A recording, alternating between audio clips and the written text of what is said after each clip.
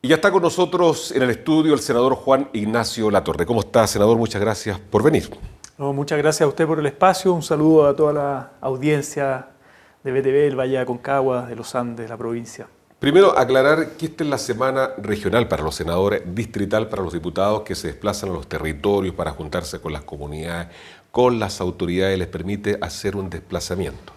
Así es, una semana al mes, normalmente en la última semana del mes, se suspende el trabajo de comisión, el trabajo legislativo, para que los parlamentarios, tanto senadores como diputados, tengan y cumplan con esa otra dimensión del cargo, que es la representación ciudadana de su territorio, ¿no? En mi caso, toda la región de Valparaíso, y es una agenda abierta en el sentido de que uno tiene que armar la agenda con las comunidades, juntas de vecinos, APR, alcaldes, concejales, core, etc. Venir también a los medios de comunicación locales, ¿no? La gente muchas veces dice, bueno, ¿y cuándo lo vemos por acá? Ya, y uno tiene que contar lo que están desarrollando. Porque usted además pertenece a varias comisiones, entre ellas el medio ambiente. Claro, yo presido Vivienda, la Comisión de Vivienda, integro la de Medio Ambiente, la de Relaciones Exteriores y también estoy en la mixta de presupuesto. Entonces esas comisiones siguen funcionando todo el año, pero se suspende esta semana. Y además confirmado como candidato, pero a diputado, cuando la lógica es la inversa, diputado a senador, no de senador a diputado. ¿Qué pasó acá?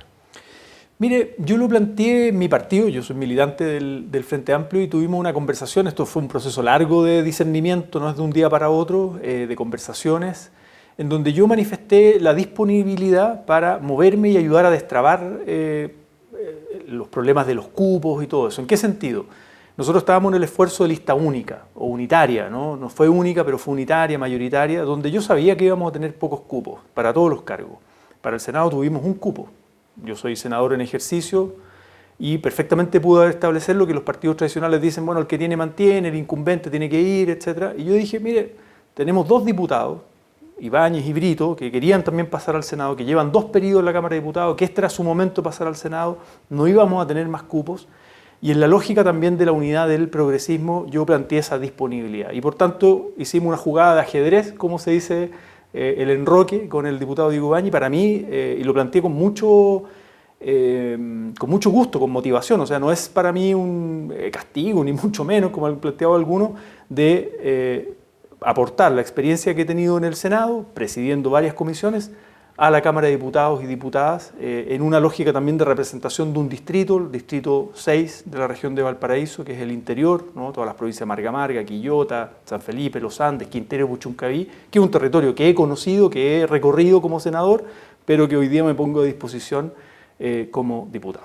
El rol de los parlamentarios, bueno, es aprobar leyes, pero ¿cuál es el legado que usted deja ya?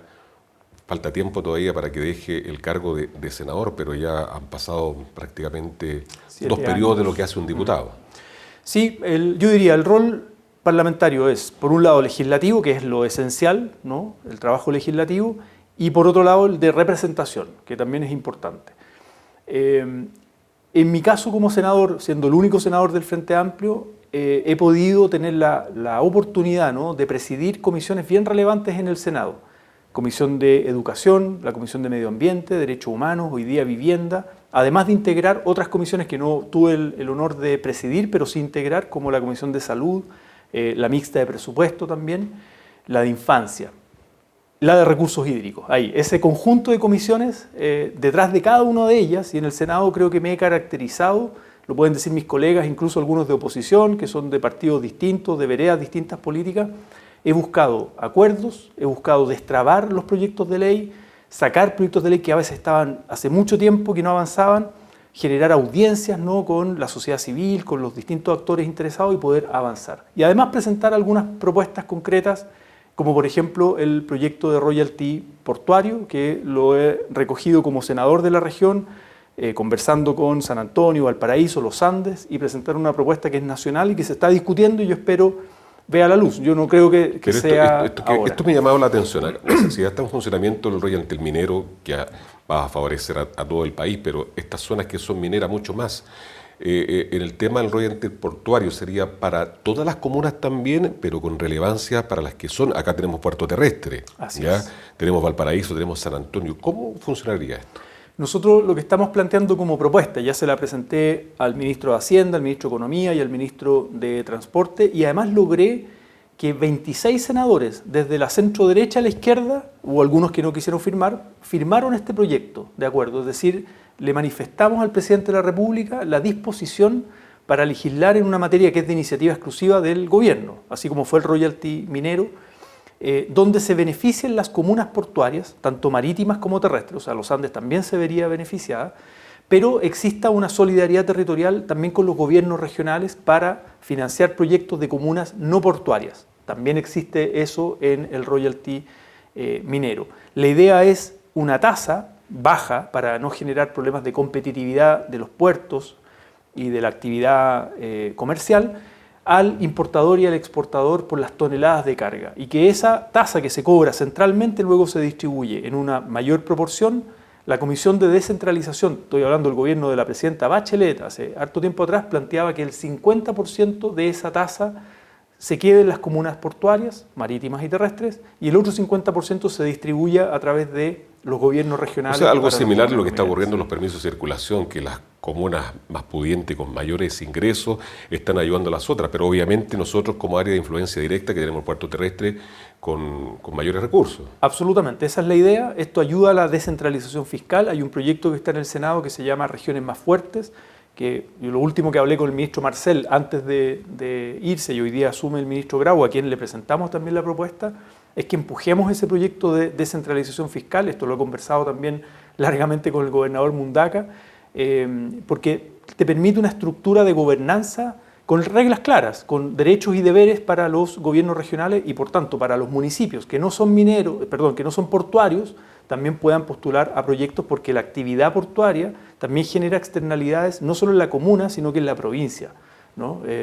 Tema de los camiones acá, las cargas, los ruidos, etcétera, una serie de elementos para también mejorar la infraestructura de las comunas no portuarias. Estamos conversando con el senador Juan Ignacio Latorre. Senador, usted que también es miembro de la Comisión de Vivienda, hay una preocupación de algunos comités de esta zona de la quinta región, porque siempre hablamos como zona cordillera y costa, la quinta región, de que no se han podido materializar todavía proyectos de vivienda. Sí, claro, yo presido la Comisión de Vivienda y uno de los dramas que tiene Chile es los tiempos de espera, los tiempos de demora, ¿no?, de los comités de vivienda, algunos más de 10 años. Eso me toca escuchar ese testimonio en toda la región. Hemos ido avanzando, hemos ido avanzando con un par de proyectos de ley para disminuir esos tiempos, tanto con los permisos de obra a nivel municipal, las direcciones de obra, permisos sectoriales o la permisología que se llama en relación a la vivienda, y también la modernización de los planes reguladores. Hay comunas, sobre todo las más pequeñas, que tienen muy desactualizado su plan regulador comunal, y hoy día además los gobiernos regionales tienen la facultad respecto a los planes reguladores intercomunales. Estoy hablando de las zonas rurales, donde mucha gente se ha ido a vivir, pero eso no está regulado, no hay una planificación territorial. Entonces estamos legislando en función de aquello, también de los asentamientos irregulares. Y por otro lado, yo presenté un proyecto que lo vamos a tramitar en este segundo semestre para la prórroga del plan de emergencia habitacional, que por ley termina el 31 de diciembre de este año, del 2025, y en conjunto con los 5 senadores de derecha. A propósito del legado, usted me dice legado, la capacidad de diálogo para convencer a los 5 senadores, 3 de ellos son de derecha, 2 somos izquierda, centroizquierda, pero los 5 firmamos un proyecto de ley que yo lo presenté como presidente de la Comisión de Vivienda para prorrogar por 4 años más el plan de emergencia habitacional. ¿Esto qué significa? Para los vecinos y vecinas que nos están escuchando, los comités de vivienda.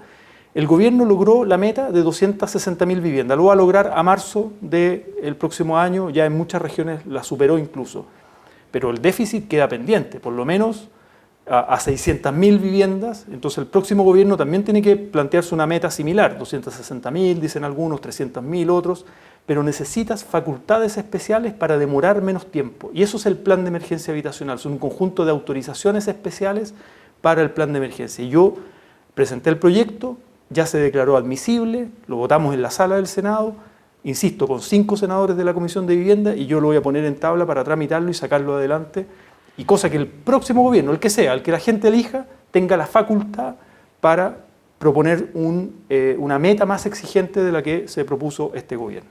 Ahora, eso vendría también a favorecer, de cierta manera, se ha aumentado mucho el subsidio del arriendo, y vemos personas mayores que están con dificultades y que se le está otorgando a algunos de por vida. O sea, ya en este grupo etario lo pone por lejos de tener el sueño en la casa propia.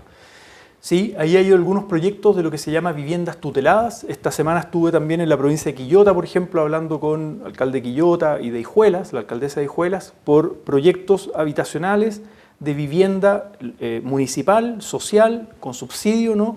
Pero donde los adultos mayores pueden estar en un espacio que no es un hogar residencial, sino que es una vivienda donde ellos tienen más autonomía, pero con acompañamiento, donde la idea es que y son personas mayores con vulnerabilidad social, pero además con pocas redes familiares, mucho abandono. O sea, ahí estamos atacando de frente el tema del abandono. Absolutamente. Y no el envejecimiento activo que se llama. De hecho, hay un proyecto de ley que está en el Senado para un envejecimiento saludable que no implique mayor dependencia, adultos mayores postrados. Entonces, eso implica programas sociales muy focalizados de vivienda tutelada para las personas mayores. Mañana voy a estar en Viña del Mar, sigo siendo senador de toda la región, con el Hogar de Cristo en un proyecto similar. Entonces, hay varias iniciativas, pero son a escala muy pequeñita. Yo creo que acá el desafío para el gobierno que venga es ampliar esa oferta programática para las personas Senador, mayores. se nos termina el tiempo, pero tengo una pregunta, no sé si usted me la pueda responder. Ya sé que estamos pasados el tiempo, pero recuerdo en el gobierno de Ricardo Lagos que por ley, cuando se construye un conjunto habitacional, estamos hablando de viviendas sociales o básicas, como se quiera entender, cierto porcentaje se tenía que destinar a personas mayores que cumplen ciertos requisitos, tener más de 80 años, no haber tenido nunca un subsidio. ¿Qué está pasando? ¿Sigue vigente eso en las nuevas construcciones? A ver, acá el Ministerio de Vivienda, el Serviu, Seremía, establecen un conjunto de criterios para la asignación de esos subsidios. Efectivamente, con las personas mayores ha ido evolucionando con distinta oferta, como decíamos delante, algunas de arriendo, otras que son tuteladas, otras de subsidio directo, pensando en que son personas que le queda poco tiempo de vida, pero la idea es que tenga la certeza de que va a vivir en una vivienda. Que hay un porcentaje que se destina. Exactamente. Eso sigue como criterio. El tema es que eso compite con la necesidad también, por ejemplo, de sectores jóvenes que no logran la independencia. Entonces, ahí se van ajustando y los recursos son limitados. Por eso decía Carlos, el plan de emergencia tiene 260.000 viviendas, pero no se hace cargo de todo el déficit que hay. Entonces se han ido modernizando los criterios y cruzando con los datos de los registros sociales de hogares, de los censos, de vulnerabilidad social para poder focalizar mejor esos recursos. Perfecto. Senador, muchas gracias por acompañarnos el día de hoy. Muchas gracias por el espacio. Bien, vamos a ir a la pausa, quédese con nosotros, ya estamos de regreso.